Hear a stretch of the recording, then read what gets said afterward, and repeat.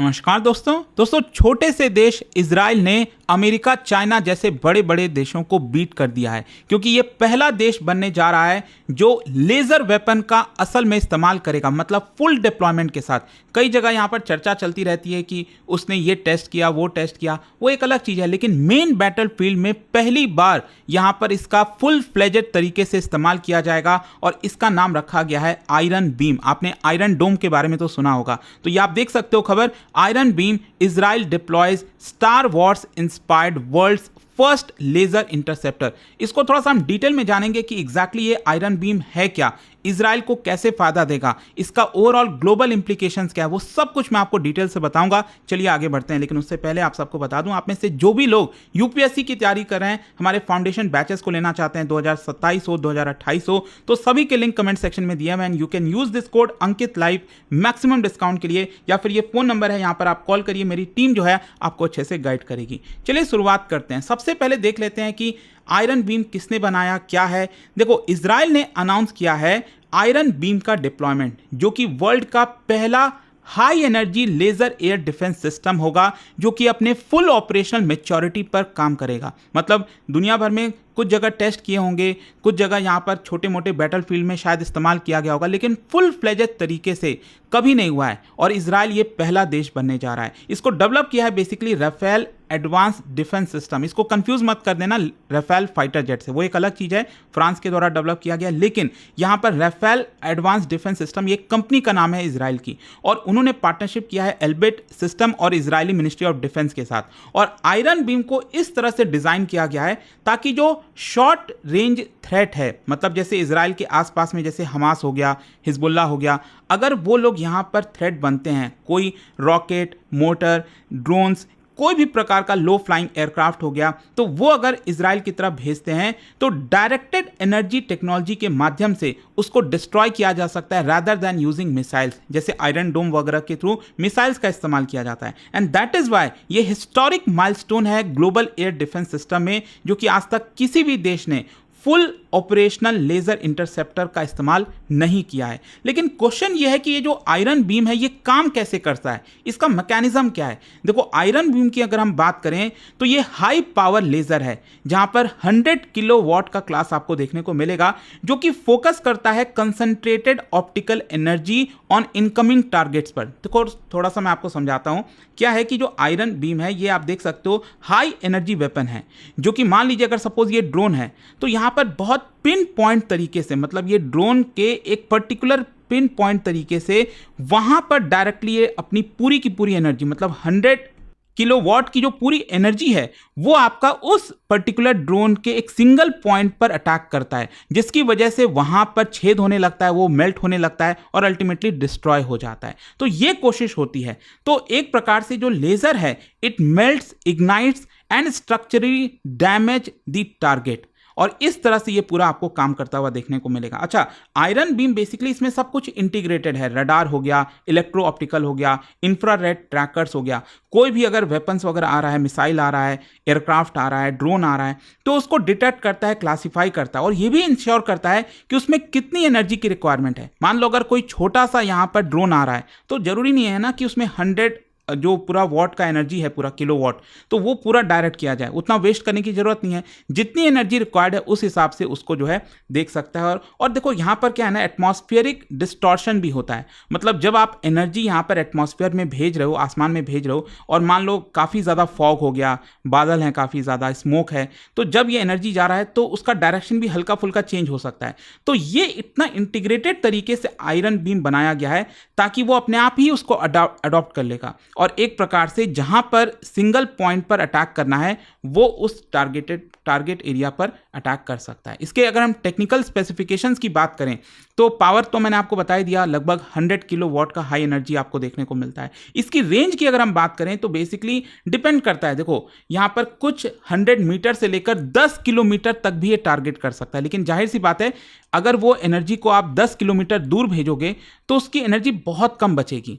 तो बहुत छोटे मोटे वेपन्स को ही डिस्ट्रॉय कर पाएगा। तो एक प्रकार से जो आसपास के मतलब लगभग आप कह सकते हैं 500 मीटर 700 मीटर 1 किलोमीटर तक मैक्स आप समझ लीजिए, कोई भी अगर यहाँ पर आता है सिस्टम वेपन आता है तो उसको ये डिस्ट्रॉय कर सकता है। और यहाँ पर अलग अलग वेरिएंट्स आपको देखने को मिलेंगे आयरन बीम के। एक तो क्या है, फुल आयरन बीम बैटरी, मतलब ग्राउंड पर स्टैब्लिश कर दिया गया पूरा जो फुल तरीका है, मतलब 100 किलो वॉट का जो पूरा एनर्जी वाला है वो आपका इंस्टॉल कर दिया गया, आप इसको मूव नहीं कर पाओगे, ठीक है। वहीं से ये आपका चारों दिशाओं में जो है ये काम करेगा। फिर हो गया मोबाइल वेरिएंट, मतलब कि थोड़ा सा लाइट वेट वाला होगा जिसको आप एक जगह से दूसरे जगह ले जा सकते हैं, या फिर आप अपने नेवल शिप्स के ऊपर इसको फिट कर सकते हैं ताकि आप शिप के थ्रू भी जो है यहाँ पर अटैक कर सकें। फ्यूचर में बताया जा रहा है कि इसकी जो रेंज है वो एक्सटेंड करने की कोशिश की जाएगी। आयरन बीम 450, मतलब उसमें और ज़्यादा पावर होगा, उस तरह की भी यहाँ पर तैयारी चल रही है। लेकिन देखो क्वेश्चन ये है कि ये इतना बड़ा गेम चेंजर क्यों बोला जा रहा है। ये मैं आपको इसका 3 रीज़न बताऊंगा। ये 3 एडवांटेज की वजह से इसको गेम चेंजर बोला जा रहा है, स्पेशली इजराइल के लिए तो ये असल में गेम चेंजर है। सबसे पहला है कॉस्ट एफिशिएंसी। आप सोचिए ना, यहाँ पर हमास जो है, फॉर एग्जांपल हमास अगर आप देखिए बहुत सारे अचानक से मिसाइल्स वगैरह छोटे मोटे मिसाइल्स भेजता रहता है। अगर मान लीजिए इजराइल पर भेजता है तो हर बार यहाँ पर इजराइल को आयरन डोम या फिर किसी भी चीज़ के थ्रू अपना मिसाइल भेजना पड़ता है, उसको डिस्ट्रॉय करना पड़ता है, जिसकी वजह से tens of thousands of dollar हर बार मिसाइल इंटरसेप्ट जब होता है तो उसको खर्च करने पड़ते हैं, तो बहुत ज़्यादा वो कॉस्टली हो जाता है। और इसी की वजह से यहाँ पर ये तो क्या है ना, यहाँ पर बस आपको इलेक्ट्रिसिटी का कॉस्ट देना है, तब आप अपना आराम से हाई एनर्जी के थ्रू जो है उसको डिस्ट्रॉय कर पाओगे, मतलब कुछ डॉलर्स में आपका पूरा काम चल जाएगा। तो कॉस्ट एफिशिएंसी इसी की वजह से एक गेम चेंजर बोला जा रहा है। फिर इसकी स्पीड, आप सोचिए मिसाइल कितना भी आप बना लो लेकिन कुछ टाइम तो लेगा ना वहां तक पहुंचने के लिए, लेकिन ये तो क्या आपका लाइट की स्पीड से है ना। अब लाइट की स्पीड से ज़्यादा तेज क्या ही होगा। तो इसी की वजह से यहाँ पर क्या है कि स्पीड की वजह से इसको गेम चेंजर बोला जा रहा है। और स्पेशली इसका मैगजीन डेप्थ, कहने का मतलब यह है जो पूरा आयरन बीम की हम बात करते हैं, अगर उसमें प्रॉपर पावर और कूलिंग सिस्टम है, क्योंकि ध्यान रखिएगा इसका कूलिंग सिस्टम बहुत इंपॉर्टेंट है। अगर ज़मीन पर अगर आयरन बीम रखा हुआ है और वो लगातार काम कर रहा है एकदम 2-3 घंटे से, तो बहुत ज़्यादा गर्म हो जाएगा। पूरा कूलिंग सिस्टम अगर अच्छा है, पावर उसको लगातार मिल रहा है, तो कितने भी टारगेट्स आ जाएं, नॉर्मली अगर मान लो आयरन डोम की हम बात करें तो उसमें बैटरीज होते हैं, वो एक तरह से उसमें मिसाइल फिट होता है। अब मिसाइल एक बार दाग दिया गया तो मिसाइल आपको वापस से रीलोड करना पड़ेगा। यहाँ पर तो क्या है, बस आपको इलेक्ट्रिसिटी जो है वो आपको प्रोवाइड करनी है, फिर आराम से ये आपका लगातार काम करता रहेगा। अच्छा, रिसेंटली टेस्ट क्या किया गया, बताया जा रहा है कि इजराइल ने मल्टी वीक टेस्ट किया है फुल ऑपरेशनल कॉन्फ़िगरेशन में, और बताया जा रहा है कि रॉकेट्स, मोटर्स, ड्रोन्स, एयरक्राफ्ट सभी को इसने डिस्ट्रॉय कर दिया अलग अलग सिनारियोज में। और डिफेंस मिनिस्ट्री ने कंफर्म किया है कि इजराइल इसका इस्तेमाल इसी साल 2025 के एंड तक जो है ला देगा। मतलब यहां पर मेन बैटल फील्ड में इजराइल इसका पूरी तरह से इस्तेमाल करने वाला है, जो कि दुनिया में पहली बार आपको देखने को मिलेगा। लेकिन हाँ, इसमें लिमिटेशंस और चैलेंजेस भी होंगे।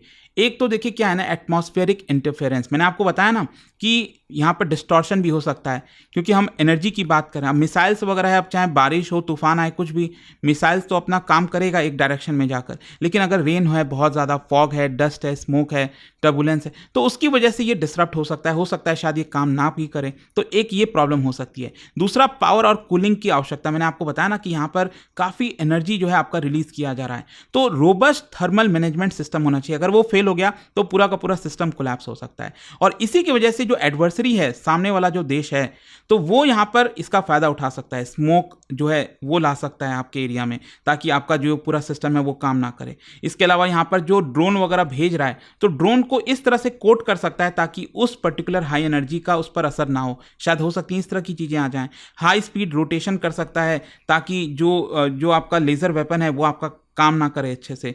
यहाँ पर मास सैचुरेशन हो सकता है, मतलब मान लीजिए आपने कई सारे आयरन बीम लगाए हुए हैं यहाँ पर, ठीक है, और अचानक से 1000 की संख्या में ड्रोन आ गए। अब वो कितने ड्रोन्स को मार पाएगा, तो हो सकता है सैचुरेशन हो जाए, तो आप डेंजर में आ सकते हो। इलेक्ट्रॉनिक और काइनेटिक स्ट्राइक जो है वो भी आयरन बीम पर किया जा सकता है, मतलब डायरेक्टली अगर एनिमी कंट्री ने आयरन बीम को उड़ा दिया, खत्म कर दिया, तब तो आप पूरा एकदम अनसिक्योर हो जाओगे, क्या करोगे। तो यहाँ पर अब देखो क्या है ना कि इजराइल का मल्टी लेयर डिफेंस आपको समझ में आना चाहिए। क्या है कि ऐसा नहीं है कि इजराइल अपना पूरा का पूरा जो मिसाइल सिस्टम है, डिफेंस मिसाइल सिस्टम, उसी को हटा देगा, ऐसा नहीं है। जैसे आयरन डोम है, डेविड स्लिंग है, एरो हो गया, तो ये सब काम करते रहेंगे, लेकिन साथ ही साथ उसको कॉम्प्लीमेंट करेगा ये आयरन बीम। तो बेसिकली मैं आपको अगर सिंपल भाषा में बताऊं तो इजराइल में इसको कई जगह पर डिप्लॉय किया जाएगा। अब मान लीजिए गाजा से हमास जो है वो कोई मिसाइल भेजता है, लेबनान में हिजबुल्ला जो है सदर्न पार्ट से यहाँ से मिसाइल भेजता है, तो वो आयरन बीम के माध्यम से उसको डिस्ट्रॉय कर दिया जाए। उसमें मिसाइल का इस्तेमाल करने की क्या जरूरत है। लेकिन अभी रिसेंटली आपने देखा होगा कि इजराइल और ईरान के बीच में भी युद्ध हुआ, ईरान ने भी कई सारे यहाँ पर जो हाइपरसोनिक मिसाइल्स वगैरह वो सब दागे। अब उसके लिए आप फिर आयरन बीम का इस्तेमाल नहीं कर पाओगे, तब तो पूरा इजराइल खत्म हो जाएगा उस केस में। तो उस केस में इजराइल जो है वो एक तरह से एरो जो सिस्टम है अपना लॉन्ग रेंज में उसको जो है फायर कर सकता है, तो वो इंटरसेप्ट करके डिस्ट्रॉय कर सकता है। तो आई होप ये चीज आप समझ रहे होगे कि इजराइल अपना डिफेंस सिस्टम हटा नहीं रहा है, आयरन बीम को उसको पूरी तरह रिप्लेस नहीं करेगा, लेकिन कॉम्प्लीमेंट करेगा। खैर, इसका ओवरऑल ग्लोबल इंप्लीकेशन क्या होने वाला है, इंपैक्ट क्या होने वाला है। देखो, एक तो जाहिर सी बात है, अगर इजराइल इस साल के एंड तक ऐसा कर लेता है तो वो पहला देश बन जाएगा। साथ ही साथ ग्लोबल आर्म्स रेस में आपको एक्सेलरेशन देखने को मिलेगा, क्योंकि यूएस, चाइना, रशिया ये सभी और कोशिश करेंगे कि यहाँ पर हम जल्द से जल्द इसको लेकर आएं, क्योंकि इजराइल ने डिप्लॉय कर दिया है। फिर इसका इकोनॉमिक इंपैक्ट मैंने आपको बताया कि क्या है ना, कि अभी प्रॉब्लम ये हो रही थी कि ड्रोन्स के थ्रू, अभी आपने देखा होगा रिसेंटली ऑपरेशन सिंदूर में भी पाकिस्तान बहुत सारे ड्रोन्स भारत की तरफ भेज रहा था, तो हमें भी यहाँ पर जो है उसको डिस्ट्रॉय करना पड़ा था अलग अलग सिस्टम्स के थ्रू। तो यहाँ पर जो लेजर वेपन है वो काफ़ी कारगर साबित हो सकता है, क्योंकि ड्रोन्स तो बहुत सस्ते सस्ते हैं। अगर आप मिसाइल का यूज़ करोगे डिस्ट्रॉय करने में, तो आप ही का जो इकोनॉमिक कॉस्ट है काफ़ी हैवी आएगा। और एक्सपोर्ट पोटेंशियल भी है। जाहिर सी बात है, जो पार्टनर्स हैं, जैसे भारत एक अच्छा पार्टनर है इजराइल का, तो हमें इससे काफ़ी फ़ायदा हो सकता है। जो हम काली सिस्टम बना रहे हैं, काली, ठीक है, वो भी वही चीज़ है, तो उसमें हमें काफ़ी फ़ायदा मिल सकता है। खैर, इसके अलावा एक और चीज़ है जो लोगों के मन में सवाल आ रहा था। देखिए, इंटरनेशनल लॉ के हिसाब से आप लेज़र का इस्तेमाल नहीं कर सकते, तो क्या ये वैलिड होगा, नहीं होगा। देखो, United nation convention on certain conventional weapons ने बैन किया हुआ है लेज़र, लेकिन ध्यान रखिएगा, लेज़र बैन किस पर किया है कि जब आप उसका इस्तेमाल डायरेक्टली ह्यूमंस पर करते हो, वो बैन है। वो आप वॉर के समय कभी भी इस्तेमाल नहीं कर सकते। अगर आप कर रहे हो तो आप इंटरनेशनल लॉ का वॉयलेशन कर रहे हो। लेकिन इजराइल का कहना है कि देखिए, हम ये ह्यूमन के ऊपर थोड़ी इस्तेमाल कर रहे हैं, ये तो जो वेपन सिस्टम है उसके ऊपर इस्तेमाल कर रहे हैं। तो अगर ऐसा होता है तब तो यहाँ पर कोई उल्लंघन नहीं है। हाँ, सिविलियन एयरक्राफ्ट से बचना है, कहीं ऐसा ना हो कि सिविलियन एयरक्राफ्ट पर ही आपने आयरन बीम जो है दाग दिया, वो चीज़ नहीं होना चाहिए। लेकिन हाँ, अभी भी स्टिल आपको समझना है कि इजराइल इसको डिप्लॉय करेगा, और फिर देखना होगा कि किस तरह से एक्चुअल में क्या है ना, कि जब आप कंट्रोल तरीके से आप एक्सपेरिमेंट वगैरह करते हो तो हो सकता है चीज़ें सक्सेसफुल हो, लेकिन एक्चुअल रियल वॉर के समय क्या ये सक्सेसफुल होता है कि नहीं, वो देखने वाली बात होगी। यहाँ पर ये भी देखना होगा कि जो एडवर्सरीज है वो इसको कैसे काउंटर करता है। तो बहुत सारे अभी भी इफ्स एंड बट्स हैं, बट आई होप कि इसके बारे में जो चर्चा चल रही थी काफ़ी ज़्यादा आयरन बीम, वो आपको समझ में आ गया होगा। और जाने से पहले एक बहुत ही इंटरेस्टिंग क्वेश्चन, इजराइल की हम बात कर रहे हैं, तो क्या बता सकते हो जो Golan Heights region of Israel है वहां पर से कौन सी नदी बहती है, यह आपको बताना है इन 4 ऑप्शन में से। और इसका राइट आंसर आप सब जानते हैं, मेरे इंस्टाग्राम पर तो मिलेगा ही, वहां पर अगर आप नहीं हो कोई बात नहीं, टेलीग्राम से ले सकते हैं इसका सही उत्तर। और दोस्तों, जैसा मैंने आपको बताया, अगर आप यूपीएससी की तैयारी कर रहे हैं, कोई भी बैच चाहते हैं, you just have to use this code Ankit live maximum discount के लिए, लिंक कमेंट सेक्शन में। अगर आपको बैच से रिलेटेड कोई भी जानकारी चाहिए कि इसमें फीचर्स क्या क्या हैं, क्योंकि बहुत सारे हैं, मैं अभी वीडियो के दौरान बता भी नहीं सकता कि आपको इतने सारे अनेक फीचर्स मिलते हैं, चाहे वो पर्सनल मेंटरशिप हो गया, बुक्स हो गया, प्रीलिम्स क्रैक करने पर आपको पूरा फी रिफंड कर दिया जाता है, बहुत सारी चीज़ें हैं। तो सिंपली आप ये कॉल कर लीजिए इस फोन नंबर पर, मेरी टीम आपको अच्छे से गाइड कर देगी। दोस्तों, इस नवरात्रि एक शुभ शुरुआत करिए अपने आईएएस जर्नी की। स्टडी IQ आईएएस लेकर आया है नवरात्रि सेल, जो कि वैलिड है सिर्फ 24 सितंबर तक। Batches for UPSC 2027 and 2028 have just started, जिसमें आपको मिलता है 1000+ आवर्स की live classes, 1-on-1 personal mentorship, hand written notes for lightning fast revision, PRP MRP जैसे residential programmes for full support. Early joiners को मिलेगा एक्सक्लूसिव मेंटरशिप।